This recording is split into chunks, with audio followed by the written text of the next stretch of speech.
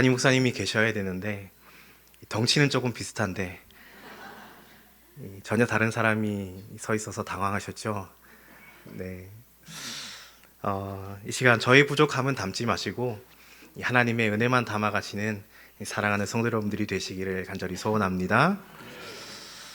오늘 본문은 우리가 앞부분을 전체 다 읽지는 않았지만 이 아이성 정복 전쟁과 관련된 이 후반부의 내용을 기록을 하고 있습니다. 이스라엘 백성들은 우리가 잘 아는 것처럼 이 하나님께 절대 순종하지 못함으로 1차 전쟁에서는 패배를 당하게 되었죠. 하지만 그 이후에 다시 한 번 더 그 모든 참패를 씻어버리고 오늘 본문을 통해서 하나님의 말씀에 절대적으로 순종함을 통해 완전한 승리를 거두고 있음을 우리는 발견하게 됩니다. 이러한 사실이 우리들에게 주는 분명한 이 교훈이 있는데요. 그것은 바로 하나님의 말씀에 대한 순종의 여부가 결국 모든 일의 승과 패로 나뉘어지게 된다라는 사실이죠. 자, 그렇다면 사랑하는 성도 여러분, 왜 우리는 하나님의 말씀에 순종하는 삶을 살아가야 할까? 왜 하나님의 말씀에 순종하는 것이 우리가 승리할 수 있는 방법일까라는 것이죠. 자, 그 이유는 하나님께서는 모든 때와 시기를 아시는 분이시기 때문이에요. 반대로 말하면 우리는 모든 때와 시기를 모르는 존재들이다라는 것입니다. 한번 행복한 상상을 해봅시다. 만약에 우리가 적절한 때와 시기를 잘 아는 존재다라고 가정을 한다면 어떤 일이 일어날까요? 여러분, 부자가 됩니다. 그렇죠? 이 부동산이나 주식을 가장 싼 가격에 사서 가장 비싼 가격에 팔면요, 너무 쉽게 부자가 되는 거예요. 만약 우리가 운동을 한다고 칩시다. 이 가장 좋은 타이밍을 아는 거예요. 그러니 훌륭한 플레이들을 할 수 있는 것이죠. 때와 시기를 잘 안다라는 것은 우리가 더욱 윤택한 삶을 살 수 있는 방법이다라는 것이죠. 특별히 본문에서 이스라엘 백성들은 전쟁을 벌이고 있습니다. 이 전쟁에 있어서 가장 중요한 것이 무엇입니까? 공격해야 할 그 때와 시기, 또는 후퇴해야 할 그 때와 시기를 잘 아는 것이 그 승패에 얼마나 큰 영향을 주는지 우리는 잘 알고 있죠. 여러분, 오늘 본문 18절에서 여호와께서 여호수아에게 이르시되 내 손에 잡은 단창을 들어 아이를 가리키라. 내가 이 성읍을 내 손에 넘겨주리라.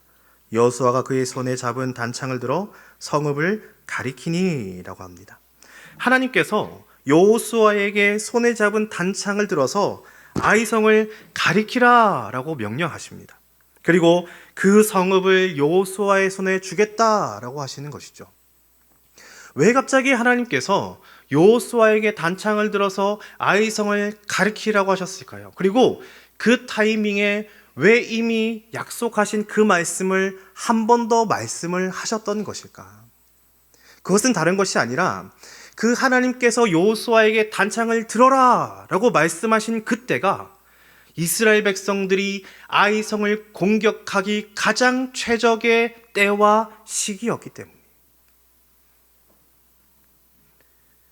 이를 통해서 당신이 약속하신 그 말씀이 이스라엘 백성들에게 고스란히 성취가 되도록 하나님이 인도하셨다라는 것입니다. 여러분, 우리는 이를 통해서 한 가지 중요한 사실을 깨달아요. 그것은 바로 만사에는 때가 있고 그 때와 시기는 오직 하나님만이 아신다라는 사실입니다. 우리 인간은 제한된 눈을 가지고 있어요. 그래서 어떻습니까? 겉으로 보여지는 것만 볼 수 있다는 거예요.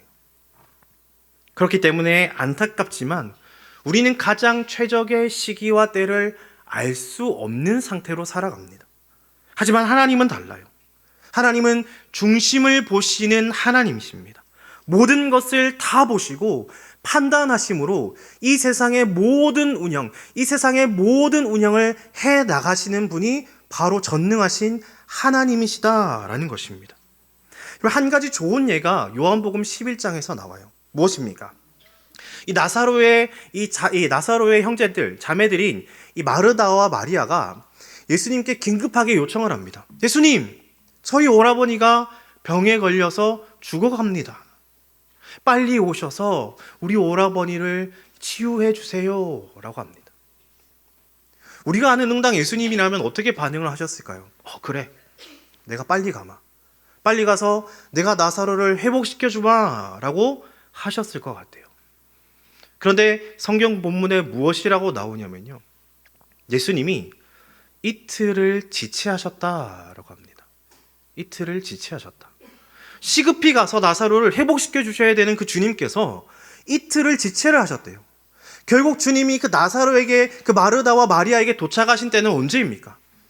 나사로가 죽고 사흘이 지난 때에야 도착을 하셨다라는 거예요. 이미 나사로의 시체는 부패하여 심하게 냄새가 나는 그러한 상황 가운데에 주님이 도착하신 것입니다. 그러한 주님께 마르다가 무엇이라고 합니까? 요한복음 11장 21절에 마르다가 예수께 여짜오되 주께서 여기 계셨더라면 내 오라버니가 죽지 아니하였겠나이다. 아니 주님, 저희가 말씀을 드린 때가 언젠데 왜 이제 오십니까? 오라버니가 이미 죽었지 않습니까? 이 속상함에 주님께 그렇게 고백을 하고 있어요. 그런데 놀라운 것이 무엇입니까? 그렇게 속상함을 토로한 그 마르다가 그 바로 다음에 주님께 고백하는 그 고백이 너무 놀라운 것이죠. 22절이에요. 그러나 나는 이제라도 주께서 무엇이든지 하나님께 구하시는 것을 하나님이 주실 줄을 아나이다. 이제라도 여러분, 우리의 생각은 어떻습니까? 이미 늦었어요. 나사로가 죽었습니다. 끝이에요. 모든 것이 끝난 것 같고 너무나도 암울한 그 상황 가운데서 마르다는 이제라도 주님이 오신 것에는 분명한 이유가 있을 것입니다. 주님이 모든 것을 하나님께 구하실 것이고 그 구한 것을 하나님이 이루어 주실 것을 내가 믿습니다 라고 주님께 고백하고 있는 것이에요. 그런데 여러분, 놀라운 사실이 무엇입니까? 마르다가 이러한 고백을 하자마자 그 다음 주님께서 하신 말씀이 무엇이에요? 23절이에요. 예수께서 이르시되 내 오라비가 다시 살아나리라. 오라비가 다시 살아나리라. 이어서 무슨 말씀을 하십니까? 우리가 너무나도 잘 아는 구절이에요. 25절과 26절 우리 한 목소리로 함께 읽어보겠습니다. 시작.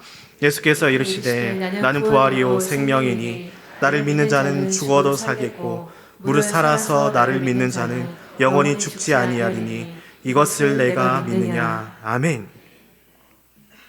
주님이 왜 나사로가 병에 걸렸을 때에 도착해서 그를 낫게 하시지 아니했는지, 왜 나사로가 죽어서야 오셨는지를 알 수 있는 대목이에요. 주님은 나사로의 병을 쉬이 낫게 할 수 있는 능력을 가지신 분이십니다. 하지만 죽은 나사로를 살리심을 통해서 그의 능력이 얼마나 대단한 것인지를 보이시는 거예요. 그리고 그뿐만이 아닙니다. 죽었던 그 나사로를 다시 살리심을 통해서 주님은 무엇을 선포하고 계신 거예요? 부활을 선포하시는 것입니다. 내가 부활의 첫 열매가 될 것이고 지금 죽었던 이 나사로가 다시 살아난 것과 마찬가지로 너희 역시 이런 부활의 은혜를 누리게 될 것이다 라는 사실을 나타내 보이신 것이에요. 주님만이 아시는 그때에 그 모든 일들을 행하심을 통해서 우리가 상상도 할 수 없었던 더 풍성한 은혜를 허락해 주시는 것을 우리가 발견할 수 있다는 것입니다. 이미 이스라엘 백성들은 교만함으로 아이성에서 뼈아픈 패배를 맛보았습니다.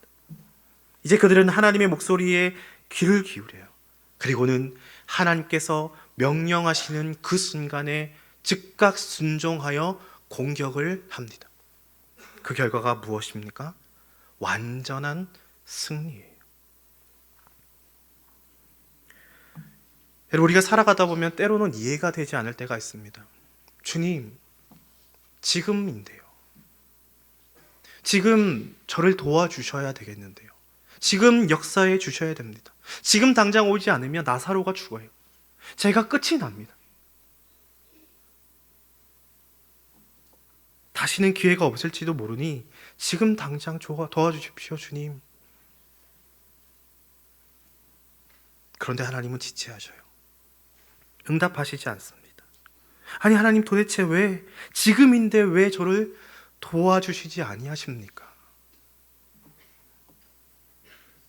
여러분, 우리는 하나님의 전지전능하심을 믿고 고백하는 자들입니다. 그런데 실상 우리의 민낯은 어떻습니까? 그 믿음의 고백과는 전혀 다른 삶을 살아가고 있지는 않습니까?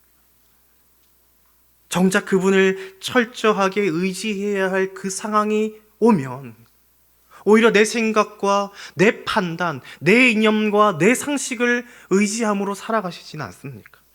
하나님, 지금이에요. 지금이 적깁니다. 내가 더 잘 아니까, 내 삶이니까 하나님은 그저 저를 이 시간, 이 시점에 도와주시기만 하시면 돼요. 여러분, 이러한 모습이 어떠한 것이에요? 감히 피조물이 창조주이신 그 하나님을 피조물의 수준으로 끌어내리는 일입니다.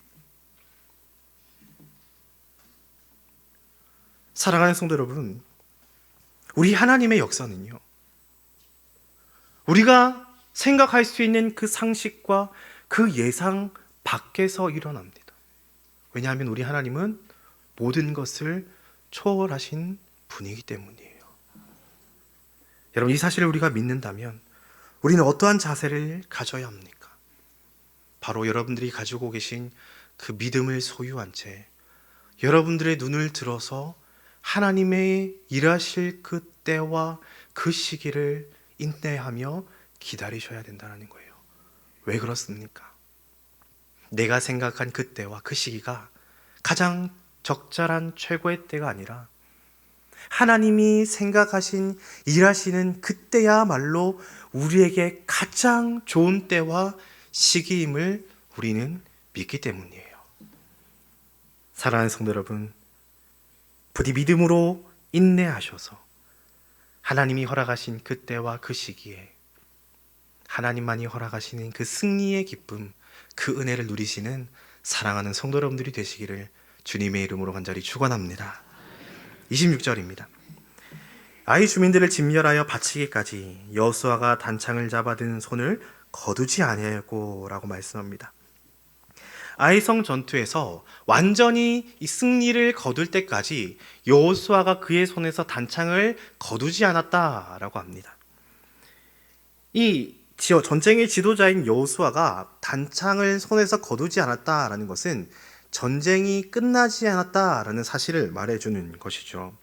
본문을 잘 살펴보면 아이성 전투에 임한 이스라엘 백성들은 이미 하나님께 승리에 대한 약속을 받았습니다.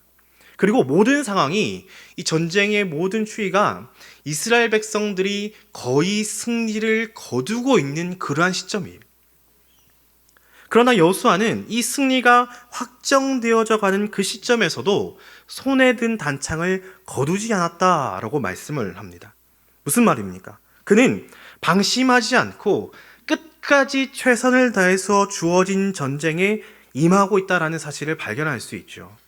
이런 여호수아의 모습은 성도라는 이름으로 이 땅 가운데서 삶을 살아가는 우리들에게 큰 도전을 줍니다. 무엇입니까? 결국 하나님 나라에 이르는 마지막까지 최선을 다해서 살아가야 한다라는 교훈을 주고 있는 것이죠. 이 사도 바울이 무엇을 고백했습니까? 로마 감옥에서 순교하기 직전에 내가 선한 싸움을 싸우고 나의 달려갈 길을 마쳤다라고 합니다.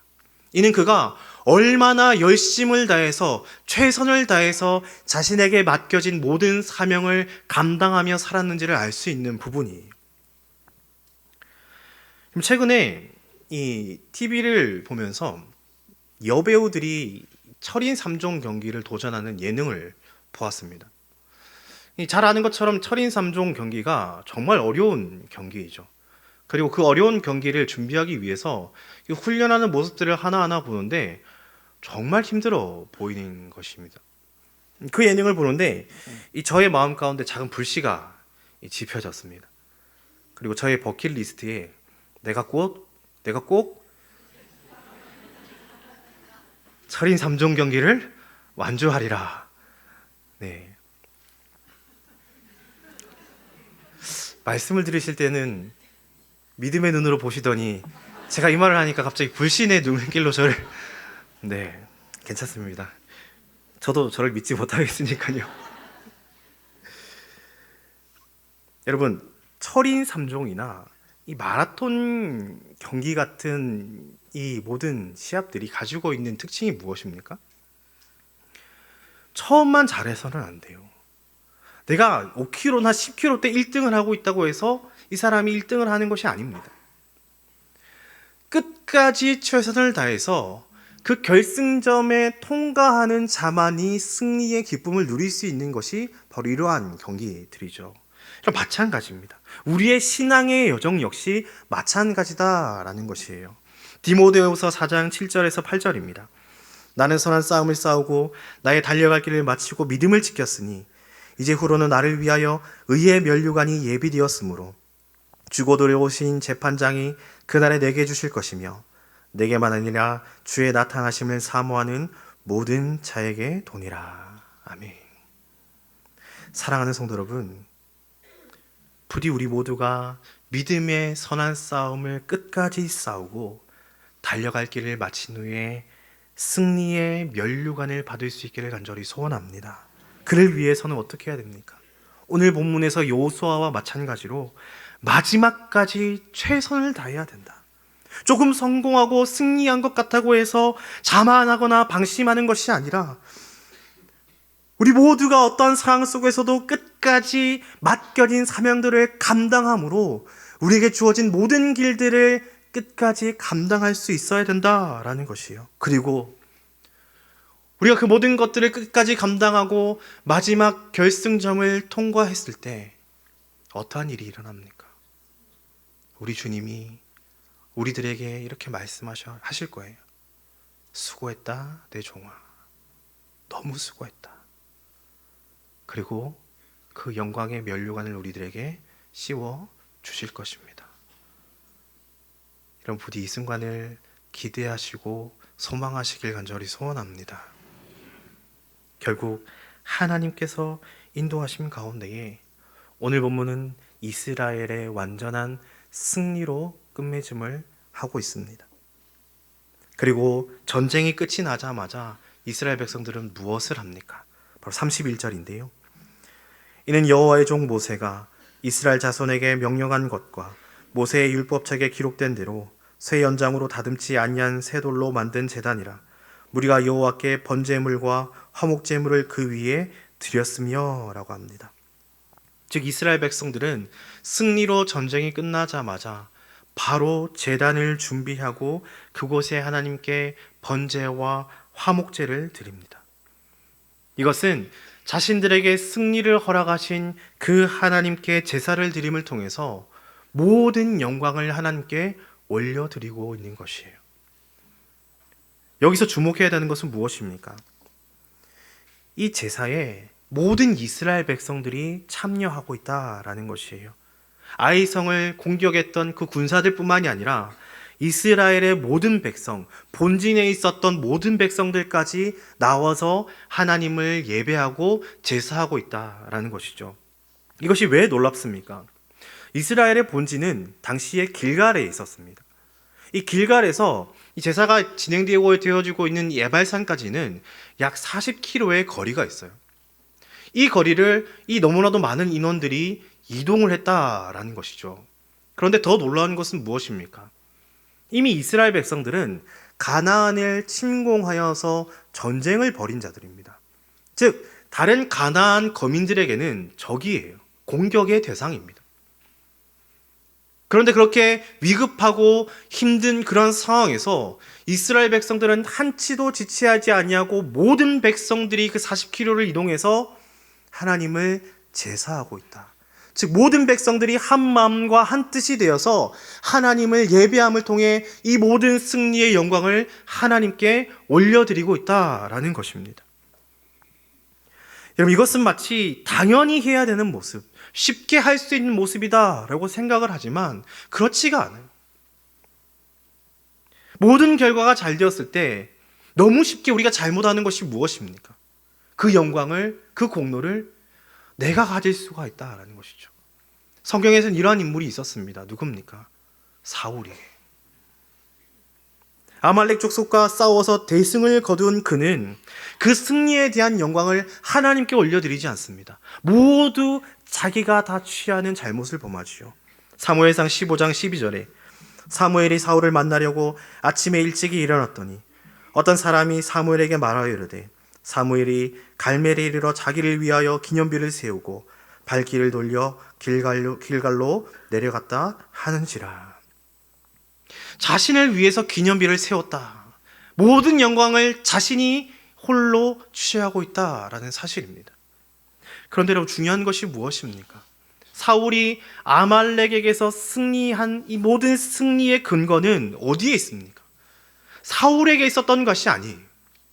아말렉을 대적케 하고 그 아말렉으로부터 이 모든 연약한 자들이 싸워 승리할 수 있었던 그 모든 근거는 사울에게 있었던 것이 아니라 하나님께서 너를 이기게 해주겠다라고 말씀하신 그 약속과 보호하심에 근거하고 있다라는 거예요.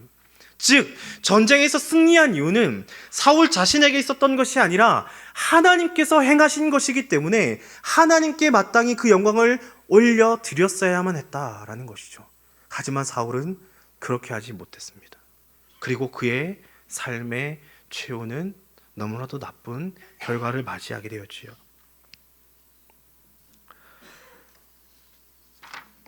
연말에 유튜브를 보다가 시상식에서 배우들이 시상소감을 말하는 것을 들었습니다. 근데 그 자리에서 자신의 수상소감을 말하는데 모든 것이 하나님의 은혜다라고 말하는 이들을 보았습니다.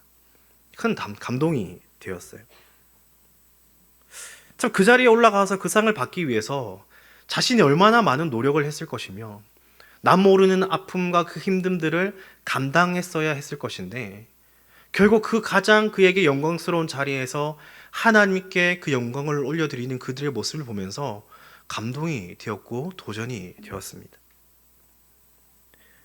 일이 잘 되면 내가 잘한 것 같거든요. 내가 막 뿌듯하고 모든 것이 나의 공로 같고. 하지만 똑같은 일에 있어서 내가 그 다음에 성공이 아닌 실패를 경험하게 되었을 때 무엇을 뼈저리게 느낍니까? 아, 내가 한 것이 아니구나. 내 능력이 이거밖에 안 되는구나. 금방 나의 한계를 깨닫게 되는 것이거든요.